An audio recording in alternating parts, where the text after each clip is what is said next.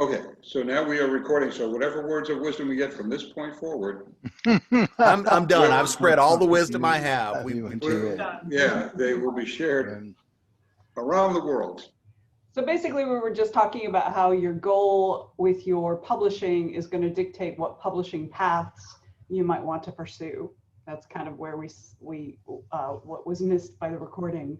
And then Jim was talking about how, and we'll just kind of talk a little bit about the different options, and then we'll kind of open it up for questions so that, you guys who showed up, if you have specific questions about your own personal path and what might, where you might want to go, then, we can assist in whatever way we can. Sound good? Yeah, thank you, Vanessa. Sure. Okay, Jim, go. So, just to sort of start that point, and obviously this is kind of that audience participation part too. So, but if somebody comes to me and says, look, I want to record my memoirs, my memories, but my primary goal is to do this for my family. I'll give you a perfect example. A longtime family friend had over 400 patents.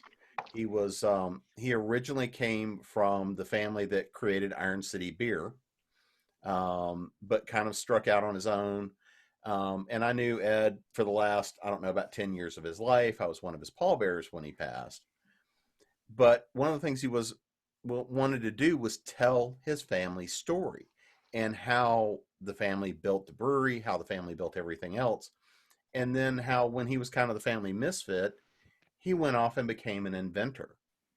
How he built up this tremendous family wealth, and then he gave part of it to his family, and the rest of it he donated to charity. He said, this is what I need to support the rest of my life. He says, I want to go retire. He retired to not very far from where I'm at, up here in the mountains. But he wanted to tell that family story. And so a mutual friend of ours spent almost a year there at the house with a tape recorder, going through, recording the memoirs, recording the stories, and then taking that to turn that into a book. But the goal for it, even though I think it finally did get out there and make a little bit of commercial use, it was really there for him to tell his story to the family. Even for me, myself, on my mother's side, I am the last recorded name in the family book that goes back to the 1400s. So that's one good thing, is we all have those stories that we don't want to be lost. Or maybe it's those things of, I've got this one story. I've got, whether it's a morality play, whether it's just that one thing that holds on in your mind that you want to go out there, can do and tell and share with the world. Versus if your goal is to get the ego-driven side of seeing New York Times bestseller in front of your name, if it's to be on the bookshelves at Barnes & Noble, if it is to go through and hit one of the big five, these are two very divergent paths. Mm-hmm. Technology today and the business environment we're in today has created a place where small publishers, indie publishers, self-publishing is a complete professional industry now. So things that, options that we didn't have even 10 years ago, you can be out there and be published tomorrow. The question is, how good of a product do you want to turn loose, and who are you trying to reach? And also understand that even though the paths are the two main paths, which are traditional publishing and indie publishing, and there are other things, like Jim was saying, you could just do one-off books for your family or whatever.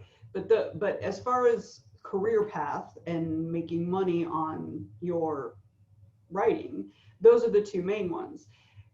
Just because you take one doesn't mean you can't also take the other. You can do both.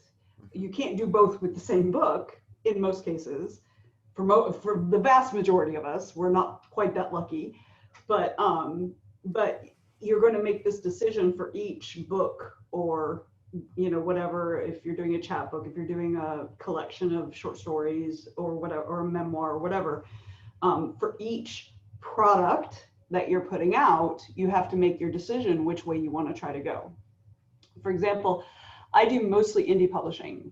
All of my books thus far, well, I had one book that was traditionally published through a small electronic publisher, but when I got the rights back, I indie published it. But all of my books are indie published. However, I have 2 series that I think would work better in traditional publishing. So with those, I'm gonna shoot to go for that route. Right. So again, you're not like completely locked in to any one path, but you have to think about these things. So does everybody know the difference between traditional, indie, vanity publishing, and how indie is not vanity publishing? I kind of get that, Vanessa, but with the term that I keep hearing is hybrid, and I'm not sure what the heck that means. Hybrid is what I was just talking about. It's when you have some that are traditionally published, and you have some that you're indie publishing. Well, there's 2 things there actually. There's hybrid author, because I'm a hybrid author. I've got stuff that's traditionally published, and I've got the stuff that's indie published. And everything that's indie published comes through one of the 2 imprints that I have, because I have one that's a fiction imprint and I have one that's a nonfiction imprint. But there's also a thing called a hybrid publisher, which is actually a rebranding way of, or it's rebranding of vanity publishers. A vanity publisher is an author services company that calls himself a publishing house. And it kind of goes back to before we had things like Amazon and a lot of the self-publishing type tools, KDP, these tools. If you could not get published through at least a medium-sized press and you really wanted to get something published and done, your option pretty much was to go to a vanity publishing house and have them do the work and publish it for you. And so today, what we see, and I'm going to go on a small rant here, and I see Venessa laughing because she's heard this rant from me before. Generally today, I promise to keep it short. Generally today, if you see somebody come and say, "We're your publisher, write us a check," they are a scam. I don't have a nicer way to put it than that. Now, but the difference, if they're giving you, that's a really simplistic way to say it, Jim. So there's vanity publishers, they make their money on the author. Mm-hmm. They make their money, they might nickel and dime you with editing and cover art and stuff like that. But that's also, having author services is also a legitimate business. So right. But where a vanity publisher makes their money is they make their money because the author buys a bunch of copies. They are not invested in marketing or anything like that. They're not invested in getting the word out about your book because they don't need to. They don't need readers. They don't care about readers because they're getting their money from you. What? Go ahead. Oh, go ahead. No, go ahead. I was then going to say, but an author services company, and there are a number of companies that are set up particularly for indie authors, and because as an indie author, I wear 2 hats. I wear the writer hat, which is the fun hat, and then I wear the publisher hat, which is not as much fun, but can be if that's your thing.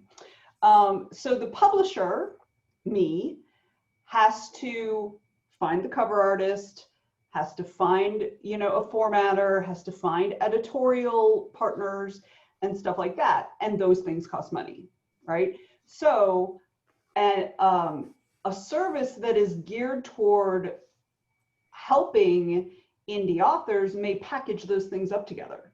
Like they may say, okay, well, we have editors and we have cover artists, and this is a package. You can get a package deal with this and this and this. But you're spending the money on the service. You're getting something for the money that you're spending. Whereas a vanity publisher may still charge you for all that, but then turns around and charges you money for the privilege of publishing your book. And so the reason, and like I say, and openly saying that AE, part of what we do is author services. Mm-hmm. But the reason I come down very hard on vanity presses is because a lot of the time what happens is someone will come and say, I've signed a contract with a publisher. Great. And then they start talking about, yeah, it's only going to cost me X. And that's when I go, stop.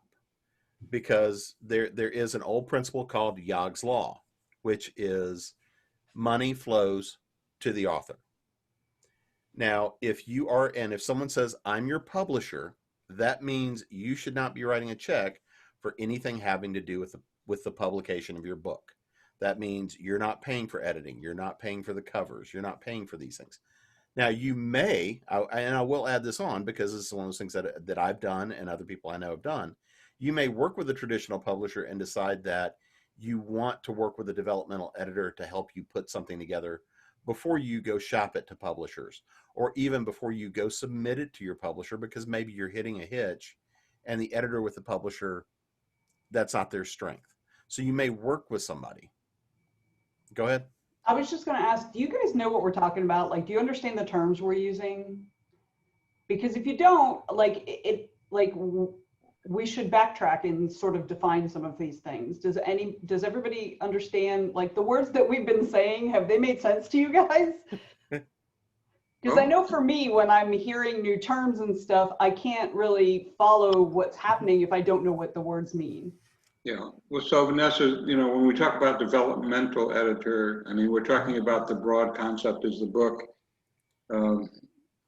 Is there a flow to it as opposed to what I understand as a line editor who's going to check the T's and, are they crossed and so forth, and grammar and so, and yeah. that kind of thing. Yeah. There's generally a developmental content. There's also sometimes called line editors, and they're the ones who do big picture stuff, but also look at how the story works together. How, is this scene actually serving the story or whatever? And then there are copy editors who then they're not the proofreaders, they're kind of halfway in between the two. They'll check consistencies and they'll give suggestions if something isn't working right, or if your character's changed eye color in 100 pages, which has happened, but I'm not saying. Done. Well, one of the things that I find so helpful with our group is that we have become kind of beta readers for each other. That in Barbara Baker over here on this call has I think gone through 3 books already, and in the process of doing a beta read, which is an overall view of the book. Sometimes Barbara, who is a former kindergarten teacher, will go ahead and line edit in the process. So I think the steps in the process as we are all evolving. And Yeah, Barbara. Got echo. Sorry, is that me? That you are. Well, Hey, you're good. Okay. I'm 3 credits away from an English degree too. So I'm not just a kindergarten teacher. I just had to clarify that. thank you, Barb. And I just realized, not to sidetrack too far, but right behind you are those more of those masks that you were making? No, they're all fabric. They're all fabric. Okay. That's all holiday fabric. That's Gotcha. part of my stash. I have Okay. another whole walk-in closet full of fabric, about 400 yards. Gotcha. And Well, no, I'm not- Parachute. Oh, well, that's why I'm not finding the file. Yeah. I was trying to pull up a map that kind of walks through some of this stuff as we're talking. yeah. And by the How way- do you how do you categorize, say, self-publishing through CreateSpace, which is now KDP? What slot does that fit in? So the KDP is not a publisher. KDP is a distribution channel. Okay. Amazon is a distributor. Amazon does have a publishing arm that's an actual publishing company. Mm-hmm. But KDP is distribution. You upload your stuff, they create the ebook or the print Right. book or whatever, and then they distribute it for you. And so Amazon is one, Ingram Spark, or is it Lightning Source? I think it's called Lightning Source now. Lightning source. I Well, think that Anyway, changed the name. Ingram is what everybody calls it. It's also another distribution channel. And so the big difference between those two is obviously Amazon is the biggest online marketplace on the globe, right? So that's a huge market. The thing about Ingram is Ingram has been a distribution channel for 100 years. So Ingram is where you upload your stuff if you want it to go into bookstores, because Ingram is what supplies bookstores in the US. There are other ones that do overseas, obviously. Ingram also does overseas, but there are also other big companies that do it overseas. So Amazon and Ingram are distribution in terms of indie or self-publishing. They're distribution channels, not. But they sell services. They'll edit, they'll do a cover for you. They'll do lots and lots of other things. I think Amazon has discontinued that, though. I think haven't they discontinued their Well, service? that might be the switch over to KDP. CreateSpace had a suite of services, Right. and I don't know how much of that survived going to KDP. I think they discontinued it last year. But Yeah. there are also other places. There are open marketplaces. There's a website called Reedsy, REEDSY. I'll put it in the chat. And it's basically it's a curated sort of ad space for cover artists, formatters, editors, and stuff. And basically, you know, they put up their portfolios and their credentials and stuff. Reedsy has like a standard that you have to meet. And they have to approve it in order for you to be in the marketplace as a freelancer. So, so that's a good place to find reliable people, and then people can leave reviews on them and all that kind of stuff. So yeah, so even though Amazon has, I'm pretty sure they've discontinued the editorial and other services for indie authors. Even though they pulled that, there are lots of places that you can go. I'm actually writing a column, I'm supposed to be writing it today, for a blog that I contribute to. And it's, I think, my 4th installment on the indie pub journey. And I'm happy to share. And it explains it, you know, like things you can do and at what point you can do them if you're interested in doing indie publishing. And it explains a lot of stuff. So if you're interested, I'll dig up the link to the first one, and they're all linked together. So it will probably help answer a lot of questions. But yes, to answer your actual question, after the 800 words that I just spoke, Amazon is a distribution channel and not a publishing house. So yeah, and so if you look at using Amazon or Ingram Spark or Lulu or you know, any of these other Smashwords? There's Smashwords, but Smashwords is more of a true distribution channel. This is where, so this is one of those things where, and this to me is more about the mindset. You know, we're used to talking about self-publishing, and so now the term I actually prefer to use is indie publishing. Me too. Because self-publishing is really, the reason I like the term indie publishing better is because you're acting as both the publisher and the author and the creator. And so it's that mindset that goes along with the idea of I'm the publisher of my work. And so, you know, when I was talking about Yogg's Law, if you're looking, you know, when we talk about money flows from the publisher to the author, one of the things I usually recommend for anybody that's really trying to run it from a business perspective is you set up your set of accounts as the publisher and you set up your set of accounts as the author, because then you can kind of see what your sales look like. You can see what your real direct expenses are. It's not that much more complicated than what you do anyway, but you actually would pay yourself royalties. You would pay and there's tax benefits to that too. And I think that's excellent, but I think most indie authors don't go that far. Well, they don't. When they're first starting out, they're not making enough money to pay themselves. You know, like when you're first starting out, you may make $100 a month, and that doesn't even cover your cover art, right? So, you know, initially, like I think that's a great setup. It may not be something you can start out right at the beginning with, and it's also kind of complicated too to start out with. But that's a whole different, the whole financial and business as a whole. You know, one of the things, Vanessa, that I'm curious about, some of my books are in local bookstores, like up in Salisbury, there's a local bookstore. the last thing they want to hear is that the book is available on Amazon, because they see that as their competitor, right? So if we're looking at a hybrid model, and we have some books that were traditionally published and others that went through Amazon, how do you, short of a consignment arrangement with that small bookstore, get the word out that it's okay to stock the books, it's okay to go buy the books there, and not have to go to Amazon? Well, I mean, obviously, that's going to be up to you as the author. Okay, so there's two things. Number one, if you're publishing books, you need to be on Amazon. There is no, I want to be in, in local bookstores, but they won't carry my book if I have it on Amazon. There's like you're losing a ton of money if you're not on Amazon. And trust me, I cannot, they have such, anyway, I don't love Amazon as a company for authors, but the reality is they have no competition in the online market at all, right? So you have to be there. Now, absolutely, when you're doing local events, or even when you're,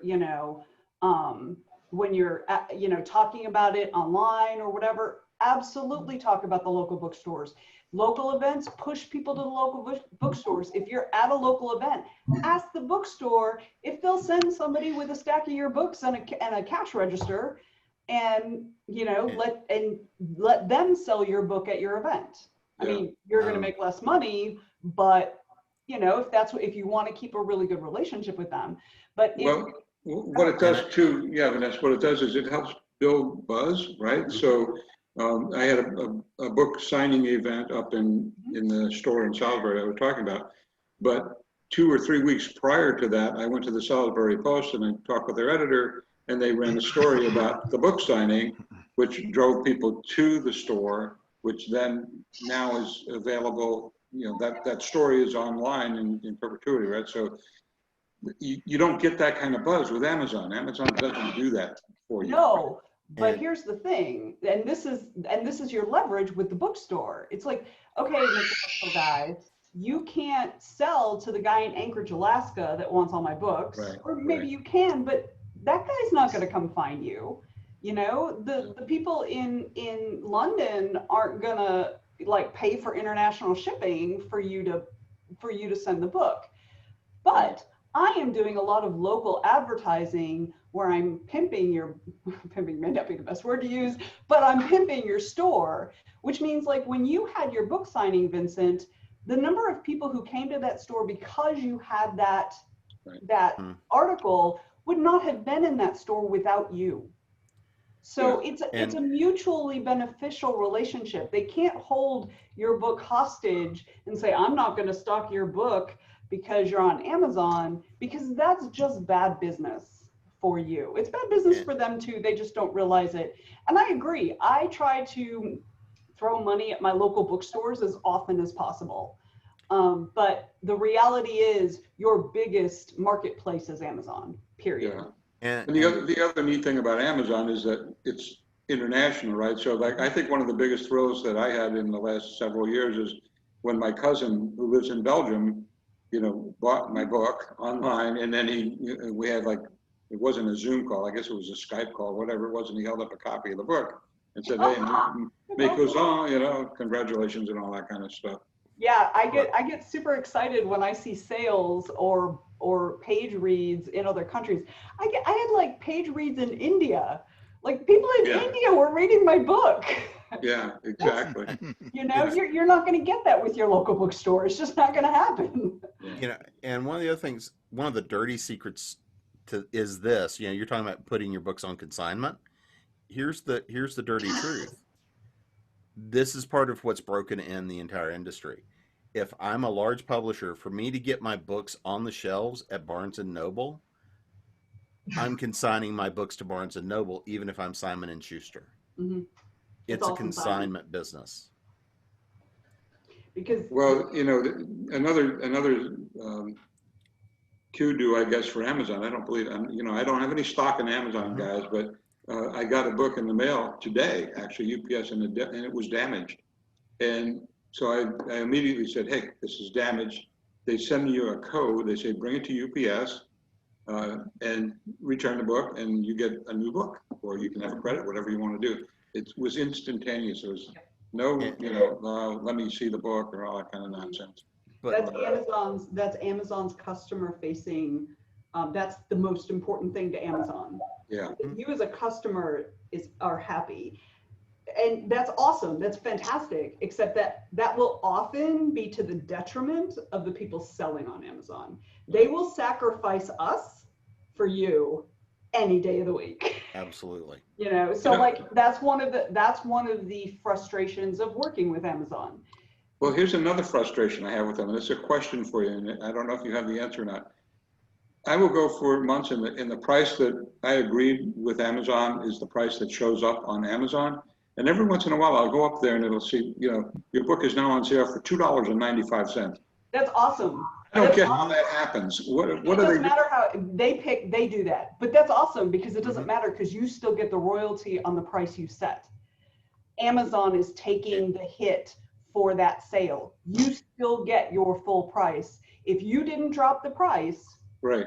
you get the full price. You get the full royalty of the price that you set. That's Amazon trying to get your book some traction. Let them do it. Let them do it. Let them take the hit for you. And as soon as you see it's been dropped down, you get all over social media. And you're like, dude, my book's on sale. Blah, blah, blah, blah, blah. Especially if you get a book, especially if you're like deal of the day. Oh my God. That's one of those things you just Like go a do the dream. happy dance over. Like a You dream. blast that across social media. Everywhere. You have the Oompa Loompas carry that out there. That's one of those things of, you just go do that happy dance if you get a book, if you get the deal of the day. Now, if you drop the price, obviously your royalty is going to go down to whatever it would be with the price you drop. But if Amazon puts it on sale, you still get your full royalty for the price that you put it on for. Interesting. Because I've done it to all 4 of my books in the last year. At one point or another, it went from like $22 down to $10, or it went from $14 down to, whatever. Yeah, and a lot of it is Amazon is trying to, and Amazon's been doing this for years, and they're very draconian, which is why I don't actually buy ebooks from Amazon unless I'm using a digital credit. I do not give them money, any of my money for ebooks. They're very draconian. Amazon wants a certain price point for books, print or ebook, doesn't matter. Like they have price points that they want, and they will do what they can to keep books within that price point. And one of the draconian measures that they've done in the past more than once with big publishers is big publishers want to set their own prices because that's what publishers do. They set the prices of their products like every other company in the world. Amazon got into a fight with them because they wanted to price ebooks at $14.99, which of course is crazy. Nobody's going to pay that. But instead of just letting the market tell the publisher that nobody's going to pay that, they took all of the buy buttons off of every author's page, every author of that publisher. They took the buy buttons off of every book from that publisher, including books that had no ebooks. So they punished the authors in order to get the publishing company to do what they wanted. Now, of course, social media, Twitter went insane. So after about maybe 36 hours, Amazon reinstated the buy buttons. Anyway, sorry. This is the thing I could tell. Like I could talk about Amazon all day because Amazon is. Do they not also have like the lion's share of audiobooks now through KDP? Audible. Yep. Audible.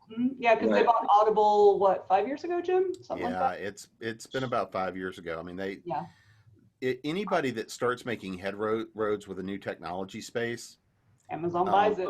Amazon's going to come in and buy it. I mean, Amazon or Google, one of the two. Okay. So for somebody like Barbara, who's anticipating, publishing her poetry, does it make sense to also simultaneously create that as an audio book if she has an anthology? And then how do you select a reader that does justice to your poetry? So I will tell you this. So when you're trying to do audiobooks, one of the first things you can do is if you're looking for a narrator is go through ACX. ACX ACX has a lot of good narrators you can go to out there, but there's also. Let me jump in for a second. ACX is to Audible what KDP is to Amazon. Yes, thank you for. Sure. She's going to keep me honest here. I'll have to know what you're talking about. I know. So, I mean, for example, we've got a client that I'm working with. We just signed both the narrators for her series, and he's actually going to do some other production for us as well. You can find, but you want to generally find narrators who are already experienced in working with ACX as a part of Audible, because they know what the audio standards are. They know how to do the production work. Now, I will say this, as it's a book of poetry, you may want to do it yourself, but that means you've got to get into a certain kind of level of audio setup to go and do the narration so that the sound is clean, the audio is clean. I've narrated some of my own books or some of my own stuff, but it's all the nonfiction work. Because of what it is, it makes sense for me to do the narration. I've done voice work for other people as well. My voice is not what it used to be, so I don't do a whole lot of that anymore. But if you're looking for a narrator, there's a whole audition process. But if you find and I will tell you right now is kind of a sweet spot because of everything that's going on. So many actors are out of work. They're not working in the theaters. They're not doing anything else. There's a lot of fantastic actors that know how to emote and put emotion behind something that are now putting together fantastic studios to do voice work. So it takes time. It takes the grunt work, but your return on investment for audio is there. Now, I can't tell you specifically about poetry, how that would work, but if you want to know if anybody really would like that, what I'd suggest doing is go to Instagram and do some readings of your own poetry, see if that drives some sales, and then see if you can find somebody that would carry your voice the way you'd want it told. And it's a work process to go through and do that. Does all of that make sense? What's that? I was asking if all that makes sense. Yeah, it does to me. I mean, at our regular meet, when we used to meet in the cafe, Barbara and Doris had both read samples of their poetry, and they had the cadence, they had the inflection. They both brought their lives to work, and brought us to tears. To record your own audio for the poetry collections, you would just get yourself a nice microphone. You could spend like $75 or $80 on a nice microphone with a little screen on it. You do the recordings. You don't necessarily have to do the production part, which is putting it all together so it's the way it's supposed to be. You can actually hire that out. So you don't necessarily have to do the technical side yourself. You can just record it, send the files, and let them put it together. You would obviously have to find someone who could do that. But there are marketplaces for that, to find people who do that. You could go to Upwork.com or Guru.com, which are big freelance networks. You can go to those. So you can, if you feel like, because to me, I'm not particularly a poet, so I'm not very good at it. So I don't really do it very often. I haven't really done poetry since I was an angsty teenager, and that was so bad. Anyway, but I would think for myself, if I were a poet, no one could read it the way I would read it, right? Exactly. Because you know exactly where the emphasis needs to be and how the inflection should carry. Yeah. Right. So I think it's a good idea if you want to do audio for your poetry books. Jason's just after me to publish. That's what's going on here. So. Well, would I be doing that, Barbara? Come on. Yes, you would. I know you. That's a good writer friend to encourage you. I know. She brought us to tears. She read one of her poems and literally brought everyone to Those are the tears. best. So And also, there are markets for poetry, paid markets for poetry. You don't necessarily have to create your own collection and publish it yourself. You can publish each individual, and it may be better to do that first before you actually put together a collection, is send your poetry out on submission to these magazines that accept poetry and see if you can get it published, because your first print rights are always going to be the rights that are going to make you the most money. Now, obviously with poetry, it's going to be a little bit lower than fiction, which is a lot lower than nonfiction. So, and that way you also have like a selling point for the collection, never seen in the same collection before, previously published at blah, blah, blah, blah, blah, blah, So like it's a marketing tool too. So you get paid for the first print rights for the places that you submitted to and made money on. And then after your rights revert back to you, you put them in a collection and you use that publication credit to pimp out your book. Sorry, I'm just like, make all the money. Well, and there's a couple of other important things right in all of that huge statement. Number one, have a contract where you know when you get your rights back. Mm-hmm. So number two is, especially for things like poetry, getting it into a publication is going to be how you get discovered for your poetry. Absolutely. I mean, because poetry as a seller is a hard seller. Well, but the thing about poetry in short stories, at least now, I'm a speculative fiction person. So I'm, fantasy, horror, that kind of stuff. So like the poetry markets I know are geared towards that. They often have trouble filling their poetry slots. Now, I don't know if you do kind of life poetry or if you do fantastical poetry or whatever, but at least the markets I know for poetry, actually, like, it's harder for them to get poetry than it is for them to get short stories. So it just requires some research based on the kind of poetry that you write and the markets that are out there. But I agree with Jim, it's absolutely a selling point. Like, it's absolutely, that's how you get people to know your name so that they want to buy the whole collection. So they don't have to buy 15 magazines to get all your work. They just buy one book. Right. But I have to ask something very quickly because I'm attention deficit. Sure. What is the she, her in parentheses after your name? Oh, those are my pronouns for people who, I'm very supportive of the trans and non-binary communities. And so I identify as a woman, but some people who look like me may not identify as a woman. They may prefer male pronouns, or they may prefer they, them. And when someone whose gender matches her biological sex puts her pronouns up there, it supports them. It makes them feel like, oh, they're not singled out because they need to tell their pronouns. Does that make sense? Yeah, no, Yeah. I understand. It's just like standard, and like every time I connect. I didn't know if it was grammatical or something and you were. No, it's just letting people know what my pronouns are. I see, because one of my pet peeves is her and I went to the store. No. Kind of thing, and I thought, yeah, was she trying to emphasize that or something? No, so no, it's just I letting learned people something. know. Thank you. It's just letting people know what pronouns apply.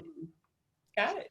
You'll sometimes see people who have like they, she, like she, they. So like, just to let you know that you can either use she with them or you can use they with them, either one. Got it.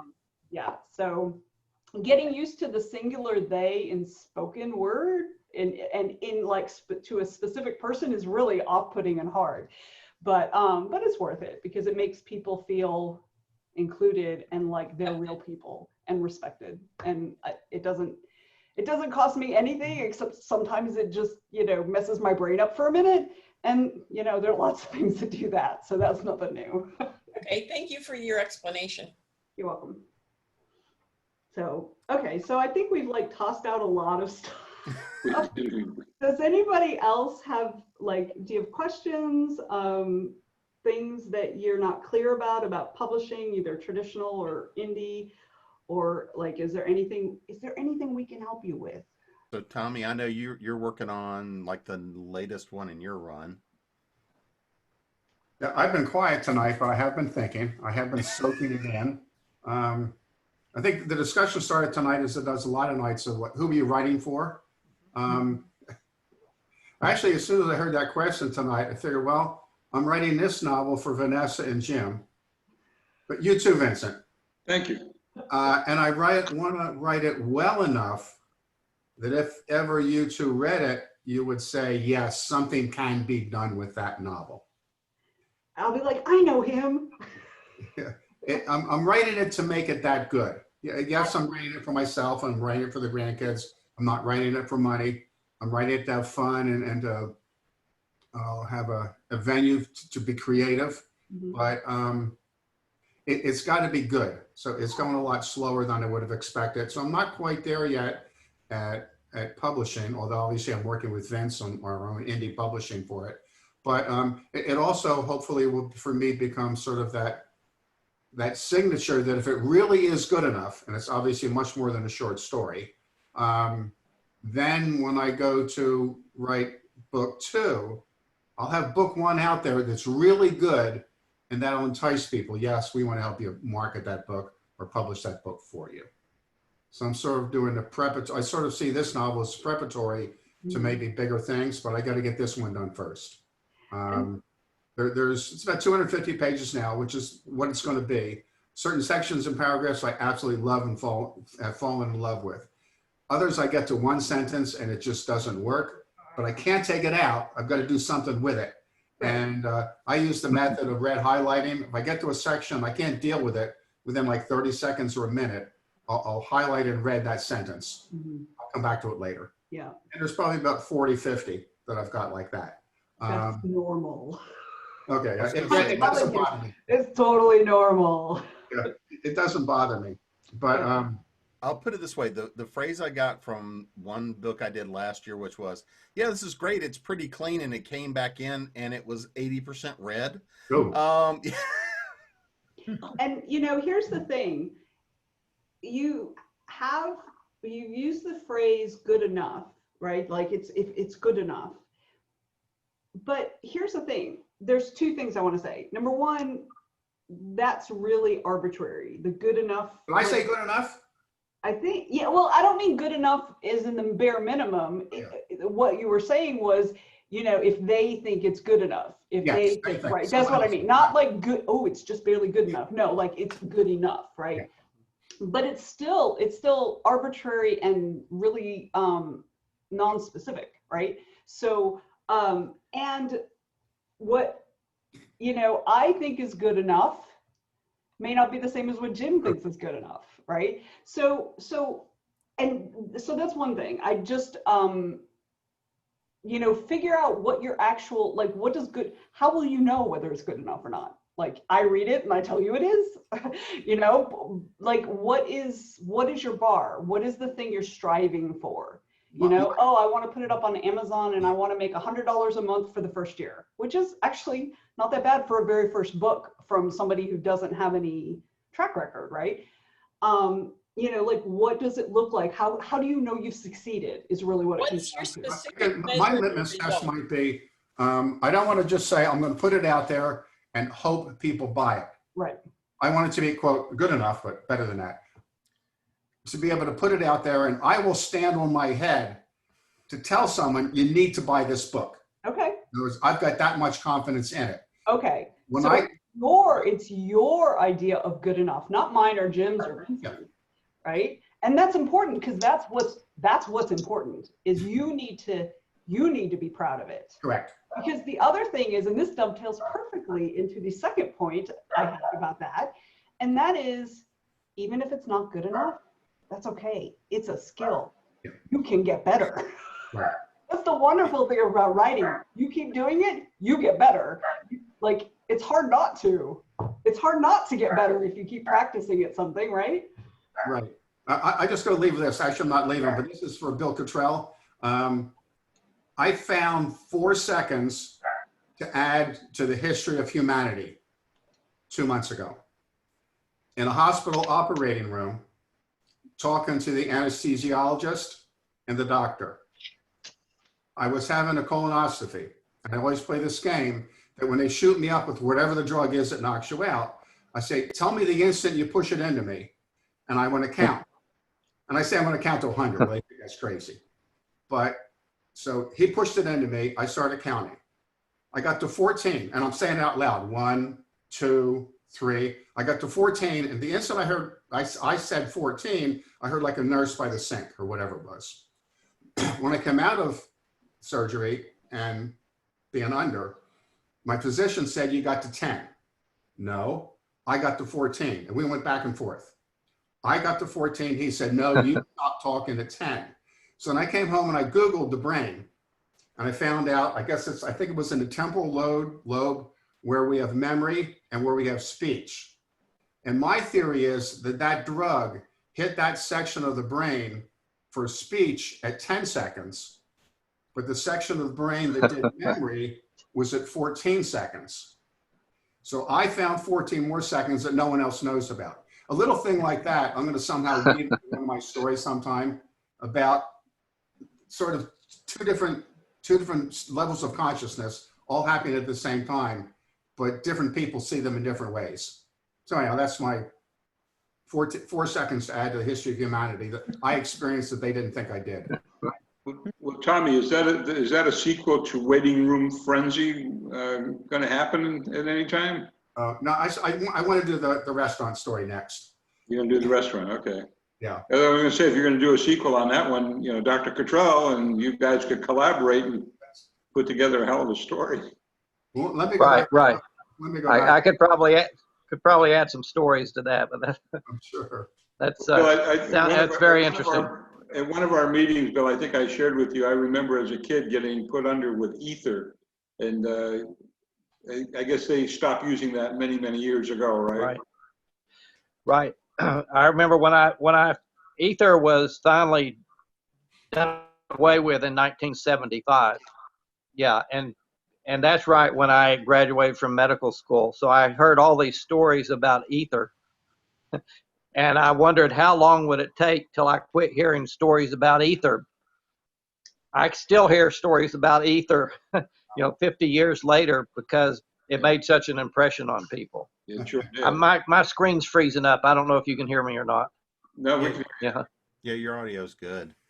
Well, I mean, Okay. yeah, I mean, the other thing to remember, Tommy, is as you're trying to write, whatever the last book you wrote should be the best thing you've written.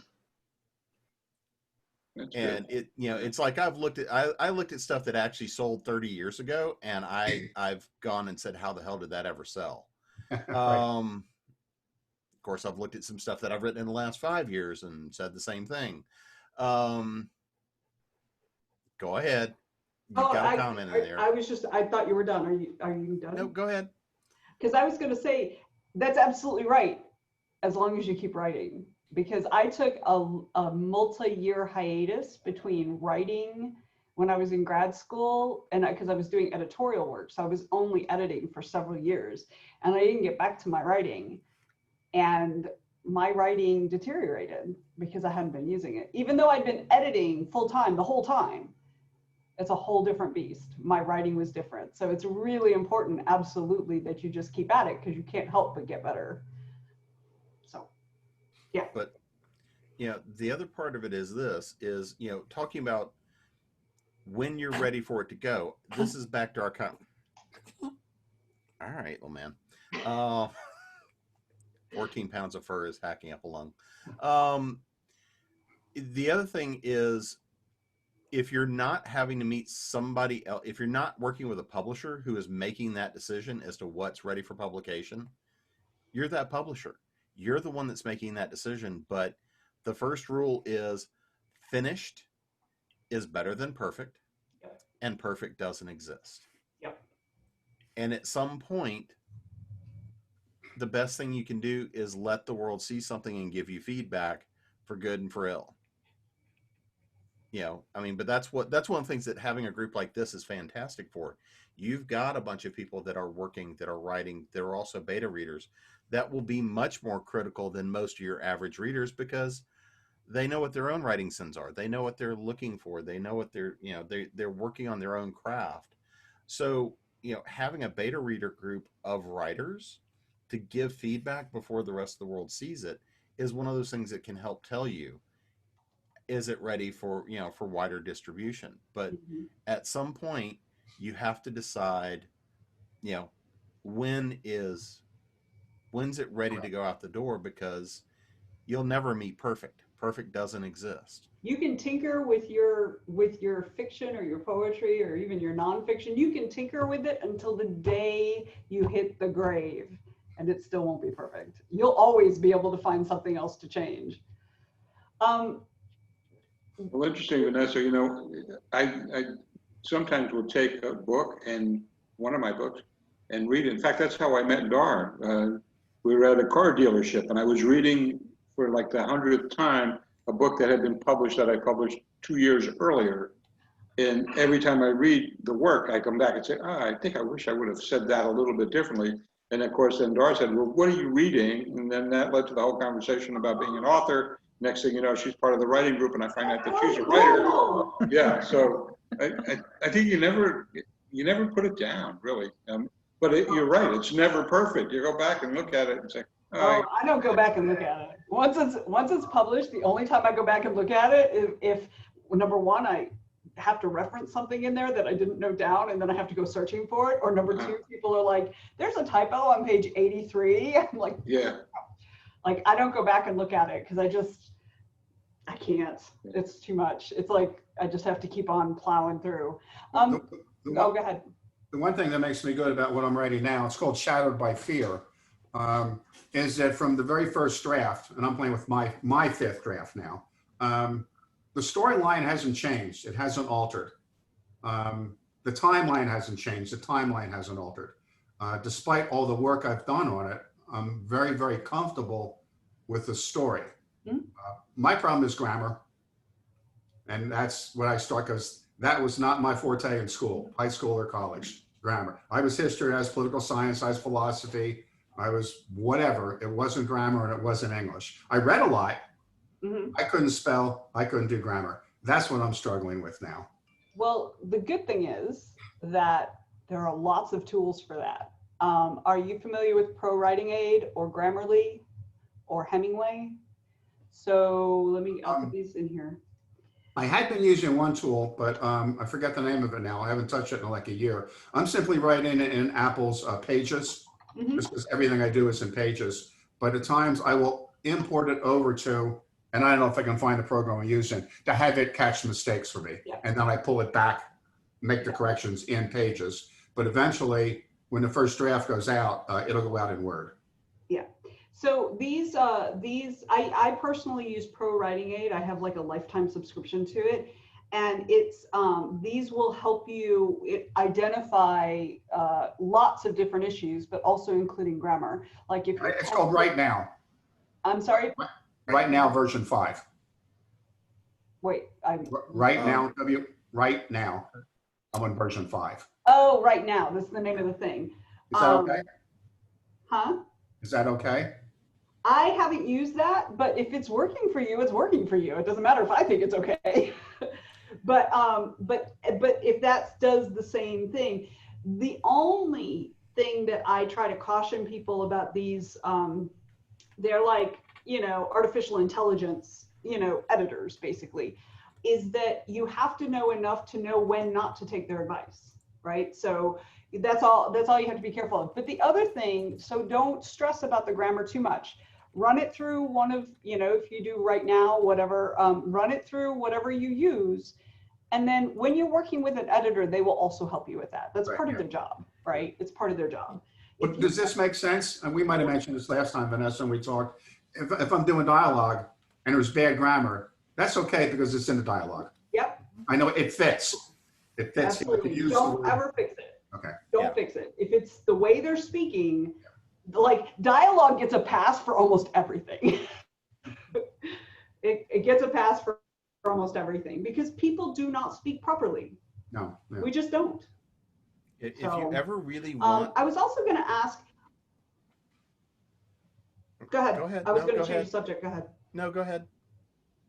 No, if you're Oh, still on the so same subject, keep going. yeah, on dialogue, if you ever really want to see something really curious about dialogue, and because I will actually do this with a lot of my heavy dialogue scenes, I will narrate them to a recorder, run them through Dragon, and then look at what I've said. Then do the same thing with a TV show. Watch the dialogue they use, run it through Dragon so you can see the printed word. Then go just record a conversation between you and the wife or you and the friend on something random and run that through Dragon and go and wonder how we as a species communicate any concepts at all, because it's about as clear as mud. Right. Yeah. Yeah. Yeah. And that's the other thing too. There's a fine line between, like, sometimes what's realistic won't work in fiction. Like, for example, 2020. You wouldn't be able to write a book about 2020 or a screenplay or a movie or anything, because it would not get picked up, because people would be like, this is so unbelievable. What do you mean there are wildfires? What do you mean Australia had a fire? What do you mean there's also then a pandemic? And in my case, a tree fell on the house. You know, like, what? It's not believable, even though it's real. So, like, you know, there's kind of a fine line. But as far as dialogue, you have to take out things that we do a lot, like and Yeah. No, and I use so a lot in my dialogue. Like, I personally use the word so all the time, like at the beginning of a sentence. And I find that translates into my writing. So it's one of those words I have to search my manuscript for, one of my crutch words. I have to search my manuscript for it and take it out. it's so and well and right. So, And I actually Mhm. use, So, yeah, so I actually use That's fun. perfect Yeah. it as one of my tools to grab stuff. So is one of my sin words. you use what? So is What perfect is? it. The name Yeah. is perfect it. Oh, cool.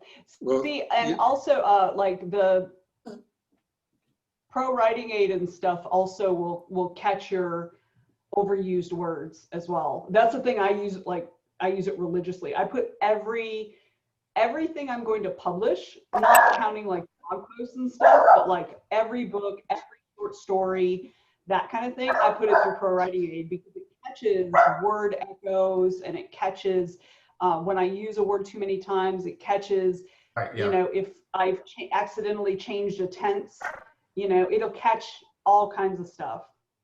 So I have a quick question for everybody. Now, I know we've got a couple poets. Do we have short story writers too? Do you guys write Yes. short stories at all? Yeah. So I don't know if you, and this goes for the poetry people too. There's a website called Submission Grinder. Have you heard of it? No. No. Okay. So I'm going to give you the link right now. Boop. There it is. It does two things. Number one, it lets you search markets. And I double checked. There's a poetry database too. And obviously it's more geared towards speculative stuff, science fiction, fantasy, but they also have a general topic you can search by. If you do like regular life sort of poetry or whatever. And also short stories. And it lets you search them. You can search by whether you want a paying market, non-paying market, you know, what genres you write, whatever. You can do poetry or short stories. So that's the first thing. It's this gigantic database of all different kind of markets, including anthologies, collections, well, like poetry, like, you know, calling for submissions for, you know, short markets, like, you know, some markets only open for a month every year for submissions, you know, so like it keeps track of all that for you. You can add these markets to your favorites list, and so then you'll get an email saying, hey, this market's opening up. And the other thing that it does is it lets you track your submissions. So you know, it's that you enter a new piece, like say, you know, I just wrote a short story called Electric Sheep.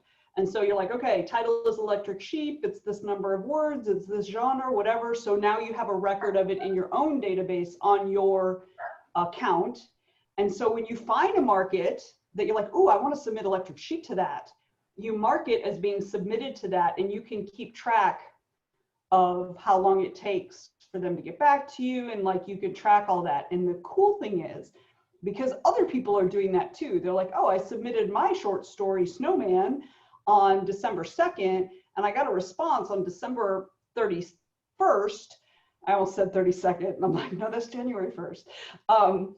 And what happens is the website then compiles this data. So on every market's page near the bottom, it has a graph that has the dates on the bottom, and it shows you how long it takes them. Like, it shows you exactly where people are, people are saying, oh, I got a response.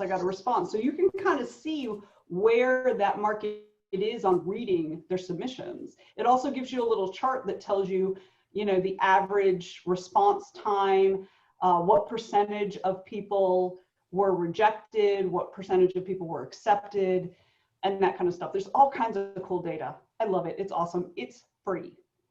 You don't even have to pay for it. It's awesome. So anyway, so that's the grinder, the submission grinder, and I just put the link in the chat if anybody wants it. Yeah, and what I'm doing is recording the chat as well, and I've taken some screenshots, so we'll have that available to the folks that weren't able to join. You can also save. Yeah, I'm saving it with You can save the chat in a text file. Yes, yep, I plan to do that. I learned that the hard way the other day. I said, oh no, we lost all the notes, but anyway. I got I can't believe it, how fast this time goes. It's already almost 8 o'clock here, and we're supposed to end at 8. And I want to be respectful of everyone's time. So I want to thank you, Vanessa and Jim, for joining this conversation. And I know, Jim, you've got some other presenters that you're looking to put in the queue in the coming months. Some of the folks who couldn't be with us tonight, Dr. Larry Jones and his wife Audrey are celebrating their wedding anniversary tonight. They said hello to everyone. Laura Zimmerman could not be with us tonight. She's had a previous engagement. Says hello to everyone. Gosh, who else? There were several folks that everyone is saying hey, and how we need to get together. There's Hannah. The list goes on. We are hosting interviews with the authors. Tommy has done 4 already. He did one this afternoon, actually, talking about lessons learned. And the lessons learned today was to write with passion. I think that, let's see, yeah, Alberto Perez did an interview, and he was focused on dialogue, and he was basically sharing for potential writers how you can develop your dialogue and you can identify your characters based on the dialogue. A particular character will say a certain phrase over and over again. And so it doesn't have to go, he said, she said. As soon as you see that phraseology, that dialogue, it's so-and-so who's saying it. Alberto is also, and by the way, for Jen, for your knowledge, Alberto was one of the representatives, the regional rep here before Tommy. Tommy was the regional rep. Before him was Alberto. Before him was Chuck Thurston, who had to leave the call a little early. But in any event, there's an opportunity for anyone, whether you've published or you're going to publish, to do an interview and talk about the lessons you've learned in your writing career or in your life journey that you want to share with other, with the viewers who go onto that channel. It's called Lessons Learned. I've developed a playlist specifically for that on YouTube. I'm going to reach out to Venessa a little bit later and see how we can perhaps somehow make that part of an affiliate program. I don't know how that works with, who knows. But right now, to get the information out and to get the knowledge, I always try not to bring this up, but I always end up doing it. There was a woman who was part of our group who's not with us anymore, Susan Wright-Beard. And Susan, in 2016, passed away. Tommy, I think you remember. Yeah. And one of the things that she she said to all of us, she said, you know, if you have a story, if you have a poem, if you have whatever, you need to write it down. You need to get it out there, because when you're gone, it goes with you if you haven't done that. And she passed away that following month after she gave us that great advice. She had just published a story for the Senior Savvy magazine for the Trail Tales column that ended up being in the May issue of that Trail Tales. Prior to her leaving, she had heart problems. She knew it.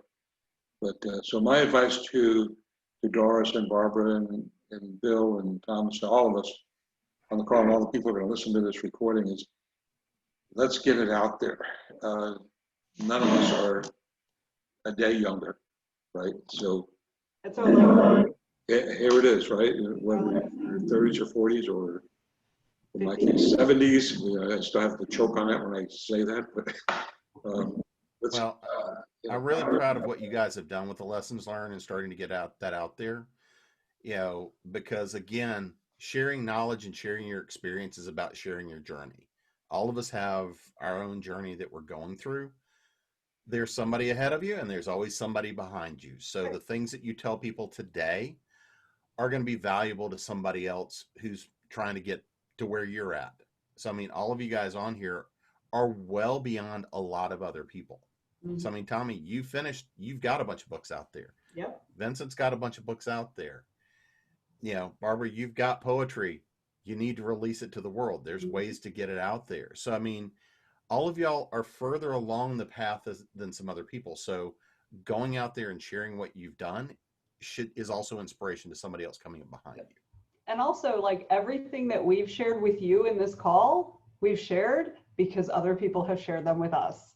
You know, some of it we've learned on our own, but a whole lot of it is what we learned from other people, you know, the people who came before us. I put my email address in the chat if anybody would like to talk one-on-one. I'm super busy over the next week and a half because Dragon Con is next weekend, and I'm pulling together some last minute stuff because let's just say not everybody knows how to delegate very well. I'm not one of those people, but so I'm like running around like a crazy person. But if I can help you in any way, you have any questions, if you need direction, if you feel like I can point you in a direction, feel free to reach out to me. My email's always open. I'm sure I'll be in touch. Yay! Yeah. Well, you guys have been an immense help. I mean, I could tell you personally from a conversation I had with Larry and Audrey, the advice that you guys gave to them with their book and leveraging that into a not-for-profit outreach that they now have for parents of children who have ADHD. It's changing lives. What you guys have done is actually to change lives. So we thank you for that. And we'll keep writing, and you know, we'll stay in touch. You guys, another month, we'll be together again. We'll be touching bases with you with lessons learned. I may be calling you individually, and we'll get you on tape. Maybe Barbara and Doris will get you to record one of your poems. And that would be cool. Okay. Put it on YouTube, get the word out. It'd be awesome. Sorry. You got me going again. Sorry. And then we're going to create, the next thing is going to be creating your Instagram channel so that you can start doing out the live readings out there. But also understand you don't have to do all the things. Pick the thing you want to work on and do that. You don't have to do every single social media out there that will make you crazy pants. Yeah. The most important thing is do the stuff that you're enjoying. Yes. Vincent. Thank you, everyone.